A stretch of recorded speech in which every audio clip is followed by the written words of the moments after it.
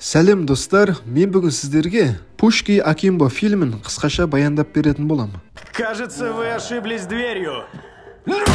Бұл кеңсе планктонда жұмыс жасайтын Майлз деген жігіт. Бір күні ол эскизм деп аталатын жаңа мега танымал өлімге әкелетін ойынның сайтына кіреді. Осыдан кейін зиянсыз жігіт бірте-бірте оның барлық форумдарына басты троллерге айналды. Яғни жағымсыз пікір қалдырудан бірінші орында. Бірнеше күннен кейін Майлз сайттың басшысы Ридтермен қақтығысқа түсті. Алайда бұл жолы қорлық сөздер жазамын деп қатты шектен шыққанын түсінді. Және осы қауіпті сайттың басшысы да оның мекен-жайын біліп алды. Таңертең жігіт қатты қағылған дауыстан оянып кетті. Есіктің тесігінен денелі жігіттер қарап тұр. Сонда олардың бірі есікті аяғымен теуіп жібереді. Банданың жетекшісі татуировкасы бар таза адам. Және де ол эскизм ойын сайтының басшысы Ридтер болып шықты. Сонда Ридтер жігітке тіліңнің тым ұзын болғаны үшін өтемақысын төлейтін уақытың келді дейді. Осыдан кейін Майлздың төсектен құлағаннан кейін есін жиғанын көреміз. Және қолдарына қарап қатты таңғалды. Оның қолдарында автоматты тапаншалар бұрандалған екен.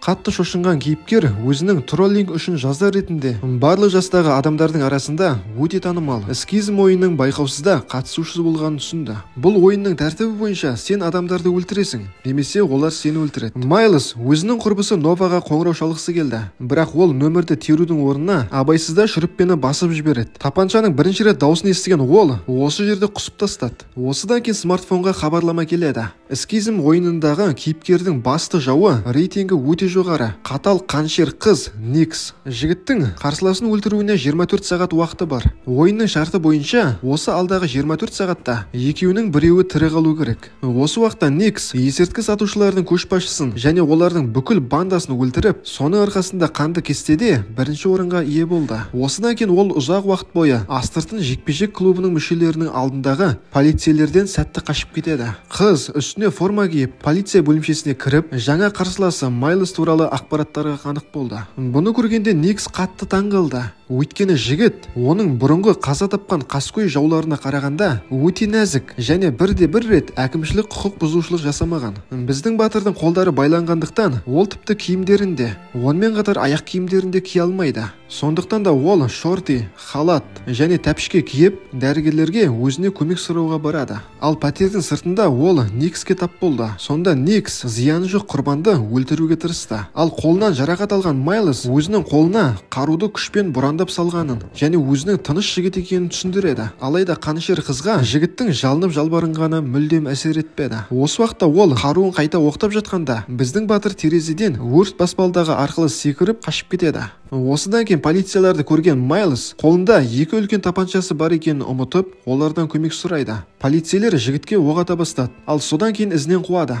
Полиция қызметкерінің бірі біздің кейіпкерді шокермен атады. Ал бұған жігіт рефлексті түрде абайсызда полицейді атып тастайды. Жігіттің ізінен Никс аңдып келеді. Және қыздың телефонында жігітті аңдайтын құрылғы орнатылған. Осы уақытта кейіпкер саябаққа келді. Бұл жерде Нова есімді қызымен кездесуі бар еді. Ол оның көлігіне құлап, мүмкіндігінше тезірек кетуін өтінді.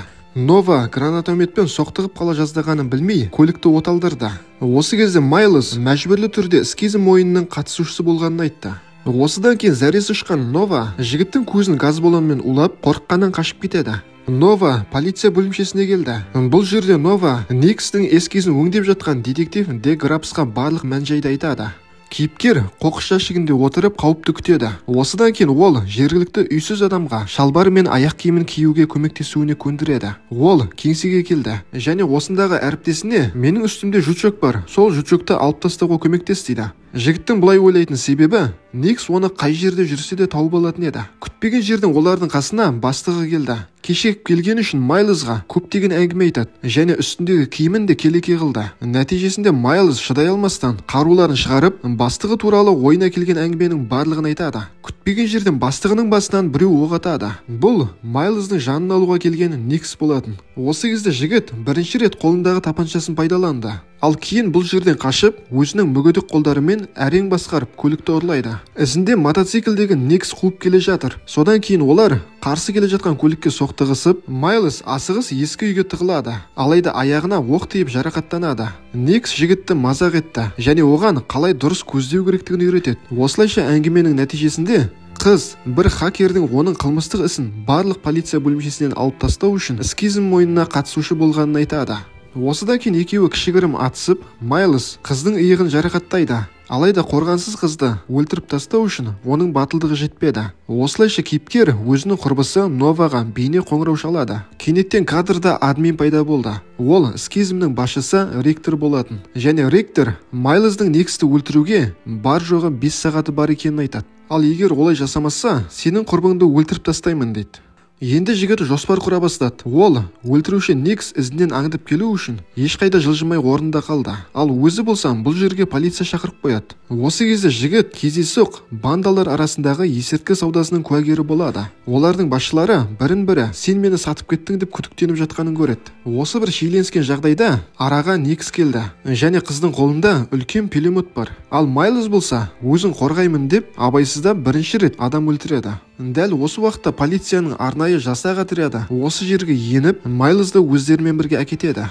Детектив Стентон мен Дегрейс жігітті бөлімшеге апармай, оны жемтік ретінде пайдаланғысы келді. Өйткені кезінде Риктор лейтенант Дегрейстің әйелі мен баласын өлтіріп тастаған болатын. Сол үшін де ол Риктордан кек алғысы келеді. Ал өлтіруші Никс болса, дәл осы детективтің қызы екен. Күтпеген жерден Дентон детектив Дегрейсті атып тастайды. Сөйтсе ол әуел бастан-ақ скизмнің басшылығына сатылып кеткен екен.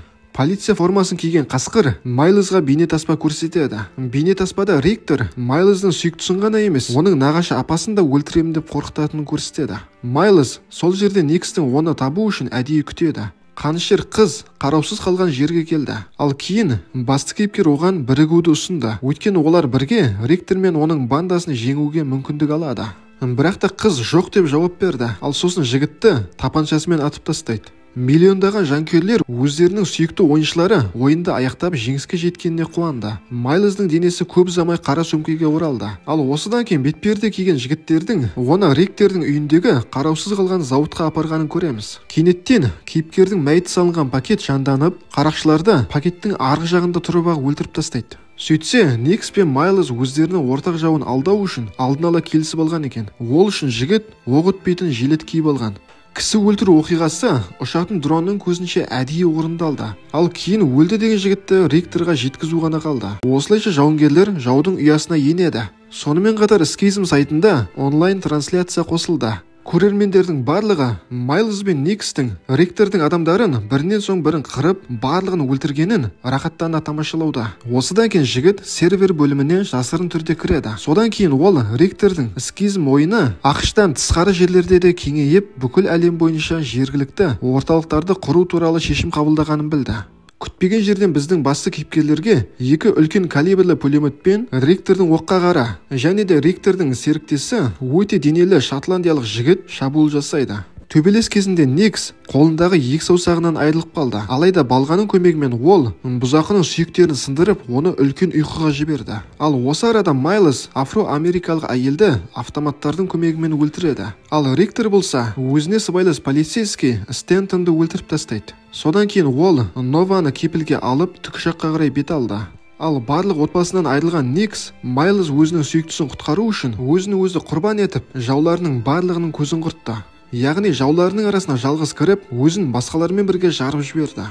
Біздің батыр жоғарыға көтеріледі және Рикторге оқ атады. Алайда тапаншадағы соңғы оғы Риктордың жанынан өтіп кетеді. Оған жауап ретінде Риктор оны 3 рет жаралайды. Бірақ та кенеттен Нова көмекке келді. Содан кейін Майлз оны ұрып соғып, бейбақты ана дүниеге аттандырады. Жігіт Нованы құтқарып қалғанына қарамастан, қыз онымен қарым-қатынасын үзеді. Өйткені оның пікірінше ол өте қатыгез болып кеткен.